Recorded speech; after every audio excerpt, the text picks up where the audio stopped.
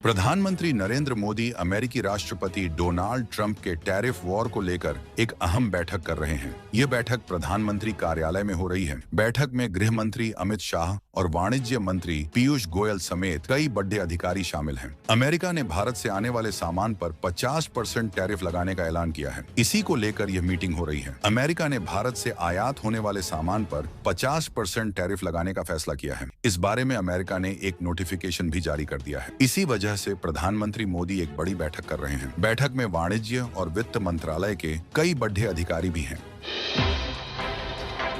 भारत जल्द ही अपना पहला made in India semiconductor chip बाजार में लाने वाला है। प्रधानमंत्री नरेंद्र मोदी ने economics times world leaders forum 2025 में घोषणा की कि इस साल के अंत तक बाजार में made in India semiconductor chip उपलब्ध होंगी। उन्होंने कि पहले यह प्रोजेक्ट फाइलों में अटक कर रह गया था, लेकिन अब इस पर मिशन मोड में काम हो रहा है। 6 यूनिट्स में से 4 को मंजूरी मिल गई है। इस पर 1.6 लाख करोड़ रुपए का खर्च आएगा।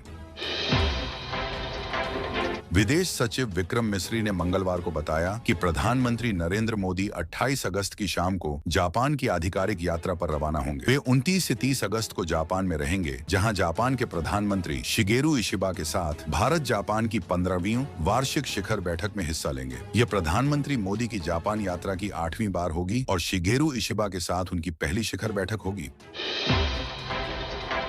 जम्मू कश्मीर के रियासी जिले में त्रिकुटा पहाड़ियों पर बने माता वैष्णो देवी मंदिर के रास्ते में बड्डी अनहोनी हुई है। मंगलवार दोपहर को माता वैष्णो देवी मंदिर के रास्ते में भूस्खलन हुआ। इस हादसे में कम से कम 5 लोगों की जान चली गई और 14 लोग घायल हो गए। लगातार बारिश के कारण यह भूस्खलन हुआ। इसके चलते वैष्णो देवी की तीर्थ यात्रा को रोक दिया गया है। मौके पर बचाव कार्य जारी है और अधिकारियों ने बताया कि हिमकोटी मार्ग पर यात्रा पहले ही रोक दी गई थी। भारी बारिश के कारण पुराने मार्ग पर भी यात्रा स्थगित कर दी गई है। चीन में अगले हफ्ते शंघाई सहयोग संगठन शिखर सम्मेलन होने जा रहा है। इसमें ब्रिक्स देशों और अमेरिकी राष्ट्रपति डोनाल्ड ट्रंप के बीच तनाव और बढ़ सकता है। चीनी राष्ट्रपति शी जिनपिंग, प्रधानमंत्री नरेंद्र मोदी, रूसी राष्ट्रपति व्लादिमीर पुतिन और मध्य एशिया, मध्य पूर्व, दक्षिण एशिया और दक्षिण पूर्व एशिया के कई नेताओं का स्वागत करेंगे। अमेरिका के ट्रंप प्रशासन ने भारत से आयात पर 25% अतिरिक्त शुल्क लगाने को लेकर आधिकारिक तौर पर सार्वजनिक नोटिस जारी किया है। इसमें बताया है कि नए शुल्क 27 अगस्त को रात 12:01 बजे से लागू होंगे। राष्ट्रपति ट्रंप ने इस महीने की शुरुआत में रूसी तेल की खरीद को लेकर भारत के ऊपर 25% का अतिरिक्त टैरिफ लगाने के आदेश पर हस्ताक्षर किए थे। अमेरिकी सीमा शुल्क एवं सीमा सुरक्षा के माध्यम से गृह सुरक्षा विभाग के नोटिस में कहा गया है कि ये शुल्क राष्ट्रपति डोनाल्ड ट्रंप के 6 अगस्त को हस्ताक्षर किए गए कार्यकारी आदेश के अंतर्गत लागू होंगे।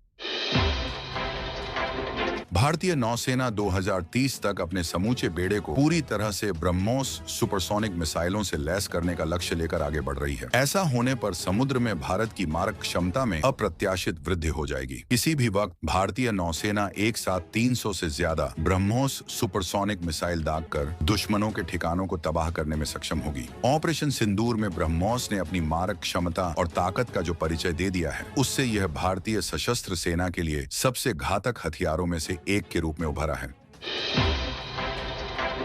भारतीय वायुसेना के पास अधिकृत 42.5 लड़ाकू विमानों की तुलना में अब केवल 29 स्क्वाड्रन रह गए हैं। आखिरी मिग 21 बाइसन स्क्वाड्रन इसी सितंबर में सेवा मुक्त हो रहा है। वहीं LCA-M के वैमने अभी भी देरी से जूझ रहा है और इस साल के आखिर में ही भारतीय वायुसेना की सेवा में आएगा, जो तय समय से काफी पीछे है। ऐसे में विदेशी लड़ाकू विमान खरीदने की जरूरत महसूस हो रही है। भारत ने इन सब के बीच अपने परंपरागत दोस्त रूस और फ्रांस पर ही भरोसा जताया है। वहीं अमेरिका से दूरी बढ़ती है। भारत पर 50% टैरिफ लगाने वाले राष्ट्रपति डोनाल्ड ट्रंप के मुंह पर यह एक तरह से जोरदार तमाचा है।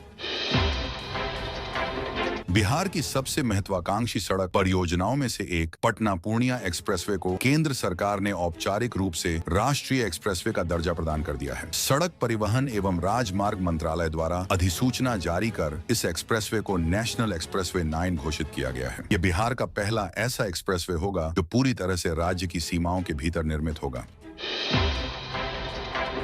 बिहार विधानसभा चुनावों से पहले नीतीश सरकार ताबड़तोड़ घोषणाएं कर रही है। पेंशन बढ़ाने, मुफ्त बिजली और युवाओं के लिए मुख्यमंत्री प्रतिज्ञा योजना जैसी बड़ी घोषणाएं करने के बाद बिहार के मुख्यमंत्री नीतीश कुमार ने मंगलवार को बड़ा ऐलान किया है। राज्य सरकार ने उद्योगों को प्रोत्साहित करने के लिए बिहार औद्योगिक निवेश प्रोत्साहन पैकेज 2025 को लागू करने का ऐलान किया है। इस योजना के तहत राज्य में उद्योग लगाने के लिए ब्याज में सब्सिडी से लेकर मुफ्त में जमीन भी दी जाएगी।